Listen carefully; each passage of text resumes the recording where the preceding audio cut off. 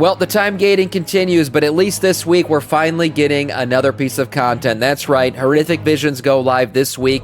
Tomorrow for the US and all the other NA servers out there, and then for Europe it's going to be on Wednesday. Depending on what day of the week you're talking about right now or watching this, that's tomorrow, so that's a big day. Horrific Visions Revisited are the content I was most excited for this entire patch, so I've been sitting here kind of waiting for this thing to go live already. Winds of Mysterious Fortune also end on the same day that Horrific Visions go live, so all your extra alt leveling and all that shit will come to an end.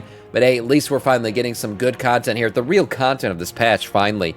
About freaking a month into this damn patch. Anyways, moving on to things about patches, right? Will we be able to play Horrific Visions tomorrow? That's the real question, because we all know how patch days and things going live have gone recently. Well, Ian Hazzikostas finally commented on it. The buggy patches of 11.1.5 and everyone else. Eggs, thank you for the 1 year of Prime sub, and thank you. And by the way, Tundra Freeze, thank you for the 30 months as well. Death Knights of our Scourge. So Ian Hazzikostas commented on the criticisms of the buggy patch days. You know, the Armageddons that have been patch days, not being able to log in, items being gone, things being deleted, bosses not showing up, all kinds of bad shit going down. PC Gamers sat down with Ian Hazzikostas and drilled in exactly what has been going on. So Ian commented to PC Gamer about this bugginess. He says, the issues with Nightfall getting stuck and bugged out for players for the first couple of days, that's something we need to improve on. We fixed it as soon as we could, but understandably, that's not the experience that we're hoping for anyone to have, Ian Hazzikostas said. It's not the experience our players are expecting or deserve when they log in on patch day and they're excited to check out new things. And that's right, yeah, patch day for 11.1.5, probably one of the worst patch days I've seen in quite a while. I mean, we tried to do the Nightfall content as soon as it went live, and even the next morning, I mean, that shit was still, bosses not showing up, things not working properly, loot not being able to be looted, quests not being able to be completed. I mean, the list goes on and on. It just wasn't a good time. Talking about time gating, the thing that we are just getting into right now, and how it hasn't been the best, I feel like, especially this patch. I think it was just way too time gated. Ian commented on this saying, we're experimenting with trying different approaches to the live service events, different things that come and go. We have our mainstay of seasonal rotations, raid tiers, etc., that are the anchors of our major patches, but ultimately, we're trying to interweave a different variety into those experiences and on top of those experiences. That sounds like a whole lot of nothing right there. A lot of those are going to be focused on some sort of player-motivated goals, Ian said. The thinking was, hey, it would be better for everyone and their time management, recognizing that there are 8 weeks into the season and there's still a lot of people spending a lot of time on raids and dungeons and chasing those goals. I mean, we're still sad enough. I mean, we're still chasing AOTC. We are. It's freaking sad, but we are, and it's because Gallywix hasn't been able to be killed yet. If we didn't dump all of this on you at the same time and could spread it out a little to let each one have its moment to breathe.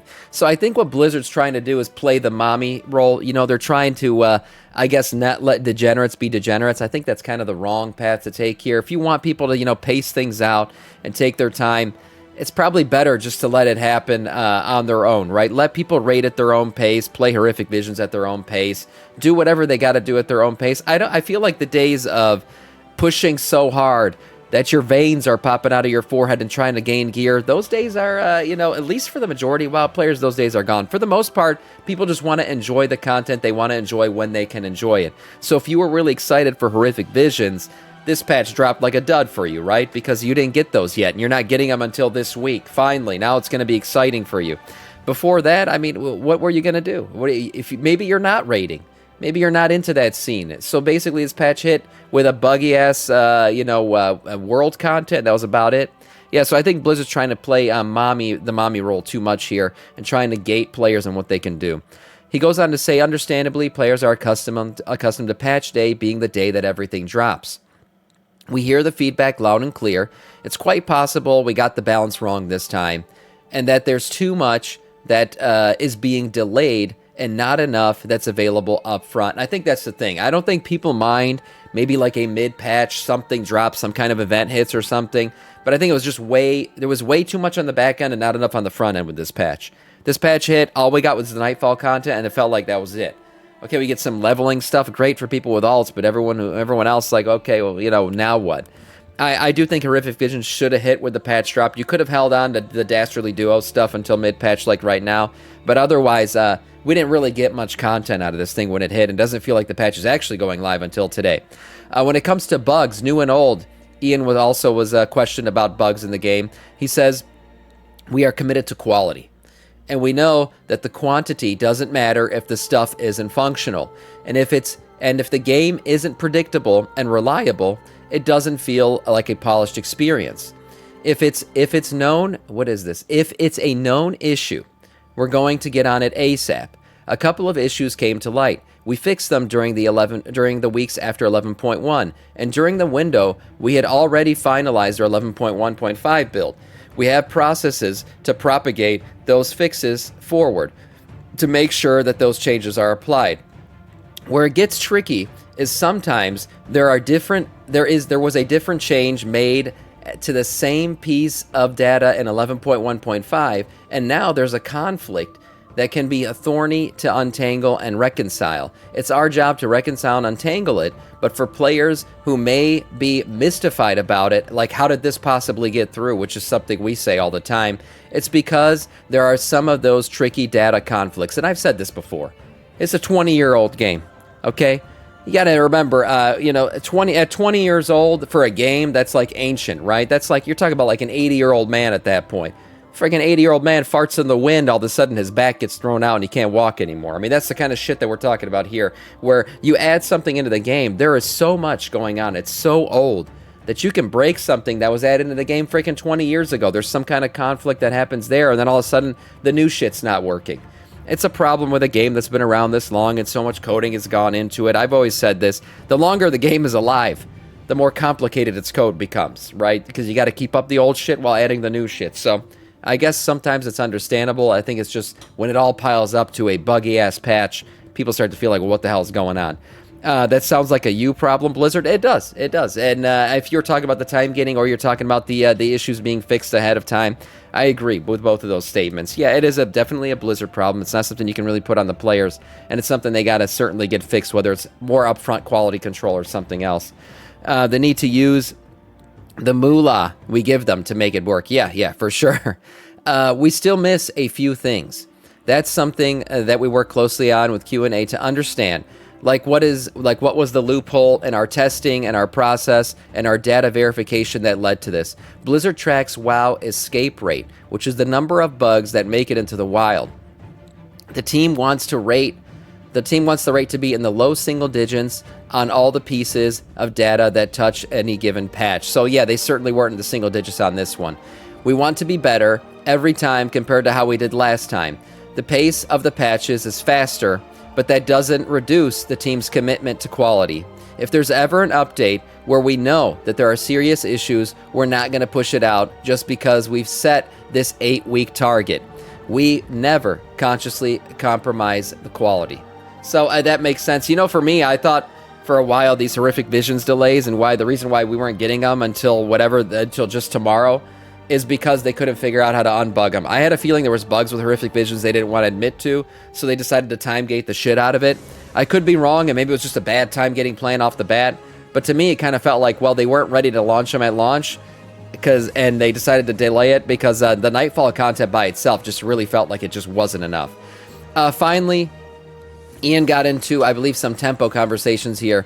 Rather than say we're going to slow down and serve our players less, we'd rather ask, how can we polish this further? How can we tighten up our processes so that things don't slip through the cracks and we are getting content into players' hands at a rate that they deserve? Combined with the bugs and the players' overall feelings about patch 11.1.5, it's likely to bring some changes to how WoW developers approach patches.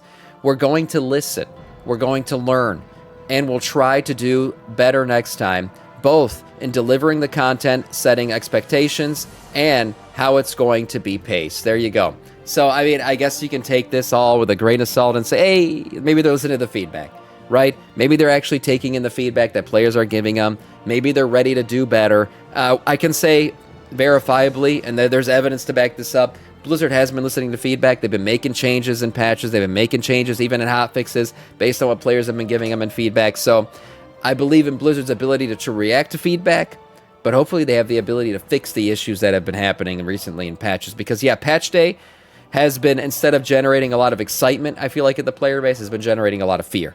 So we'll see how tomorrow goes with Horrific Visions. It's not a full patch, but it is a big piece of content. Hopefully they'll be working. Moving on to something more positive, just a few player housing things to add to the previous week of all of the player housing stuff. We saw lead VFX artist Jay Huang and an unnamed senior game designer, French gaming and esports news site interviewed them and talked about some of the extra stuff being added into player housing that maybe we missed on the back end of everything that we've been learning over the last week. Technical limitations. When it comes to multiple floors, of course, this is a technical limitation. Perhaps they're just trying to keep it at 3 so people don't break the games. Yes, there'll be 3 floor limitations to your houses. As far as inviting people to your homes, players can visit each other's homes. They haven't set a limit just yet, but they know it's going to be well over 15. Which is good because no Moonguard orgy is ever less than 15 people. And if you want player housing to be used by those guys, you got to make it over 15 at least. Players will have a special ability to return home on a cooldown, like a Hearthstone type thing. Yeah, that's expected. I didn't think that we wouldn't get a Hearthstone. That makes sense. Free decor from what is this? Free from power. Okay, pre-made decorated houses will be available to people who don't want to get into the whole decorating thing. That's good to see. And they're also trying to see if there's going to be some kind of sharing and importing of layouts. I guess the same way that you import code for talents, you'd be able to import homes. That would be cool. Some decorations will be usable, like a furnace, cooking fires, and anvils for professions. Okay, so you got to do some repairs and things. I hope they give us a wardrobe. At least give us a wardrobe to be able to transmog. But no power benefits will be linked to anything for housing, which is good. That makes sure that people could still go to cities and stuff like that. There will be no auction house access. Good. That's good to hear. Developers estimate about 60% of the decor items will be available at launch, with 40% being new creations.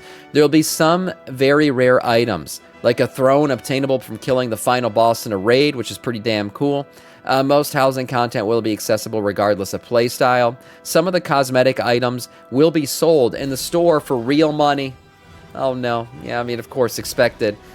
Similar to mounts and transmog, but each will be free. There will be a free equivalent obtainable in-game. Okay. So maybe a free equivalent is in a different colorway version of it, or a different, yeah, I would assume like different colors or slightly different versions, altered versions of what you could see. I mean, that's good to hear. You know, you want us to be able to get everything in the game. It'll probably just become very difficult to get some of these items, and then people will resort to buying them from the WoW store. That's what I would expect. Your forever home and HOA. There will be no rent, maintenance, or loss due to inactivity. Once you buy a home with gold, it's yours forever. The exact price hasn't been set yet, but developers want to assure that it won't be some insurmountable investment. Unlike traditional game hubs, neighborhoods are being designed as real living spaces, complete with Azeroth NPCs, seasonal events, and dynamic interactions. Sounds pretty cool. And then Blizzard is considering adding some kind of community tools like a mayor role. Okay. Voting systems and collaborative control to avoid abuse. Oh, God, evictions. That's it. Evictions confirmed. Is this confirmed? That annoying neighbor can finally get evicted by being voted out by the mayor and everybody else in the neighborhood. Or that guy maybe who just stopped playing and his home is fucking empty. You can evict him because there will be slot limits on these homes. So maybe you want this to have the ability to evict people eventually. But then you always worry about the abuse in the reverse end, like just bullying some guy out of a fucking neighborhood. Who knows, after he invested all of his time into building his home. We'll have to see how all this works, but Blizzard seems to be doing things right, at least by housing and everything else. So we'll see. That is all in terms of news.